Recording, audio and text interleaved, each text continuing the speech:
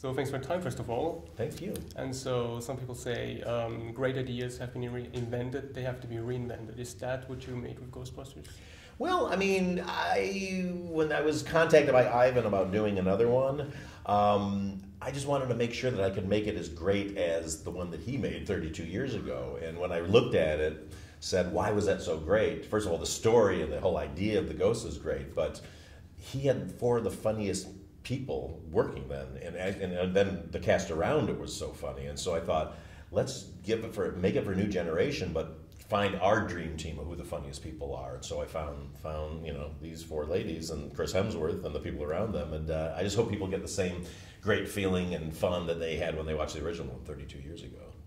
So the movie offers horror and comedy. It's a mix of both. Mm-hmm. What do you think why those genres who are completely different work so well together when done good? Yeah, it's a great question. I've always said that funny people in peril is like a great comedy jumping off point, because comedy is sort of heightened emotions, and then fear and horror is heightened emotions. And so it goes all the way back to the old Abbott and Costello movies, when they're going up against Frankenstein and all this. It's funny to see funny people either scared or trying to conquer their fears.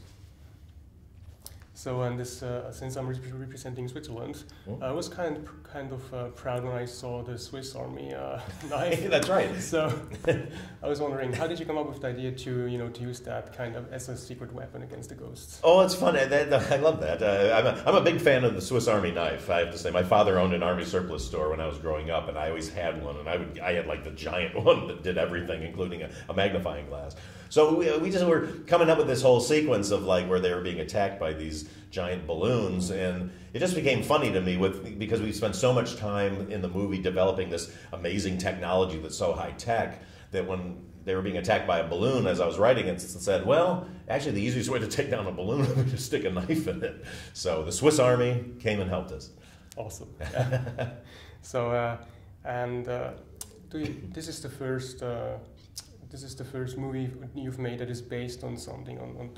Would you say there's more pressure, taking on a franchise that already existed than doing something new? Yeah, it is. Like you say, everything I've done up till now has been original, and what the challenge of doing an original thing is basically just making something that you hope the audience will actually care about and become aware of. When you do something that's such an established property that everybody knows, it brings a different kind of pressure, which is that everybody knows it exists and they're hyper aware of it. So now it's all about managing or figuring out how to meet or top their expectations. But it is a lot of pressure. I will not lie about that. So the great thing is that you were able to bring back some of the old cast, and you've decided to let the fans already know before someone else would leak the information. What do you think? How challenging has it become to keep something a secret until the movie comes out? It's terrible. It's the only downside of the internet for me, because all my greatest experiences in movies have been when I go to see them and I have no idea what I'm going to see. And this movie was engineered to be filled with surprises for people. But again, like you say, because of the internet, and especially when we were shooting out on the streets, we knew because of cell phone pictures and all that the minute you go out, everybody knows everything. So we just had to start kind of putting things out. But if it was up to me, I would just not let anybody see anything. So avoid the internet if you want to have a pure experience on this. So, and I believe you also tried to get Rick Moranis on board, is that? Yeah, we wanted everybody to do a cameo from the original movie, and everybody did except for Rick. I think he just made the decision not to, but I'm a giant fan of Rick, so I hope somebody will get to work with him. Okay, and finally, if you would, not totally for. That's all right.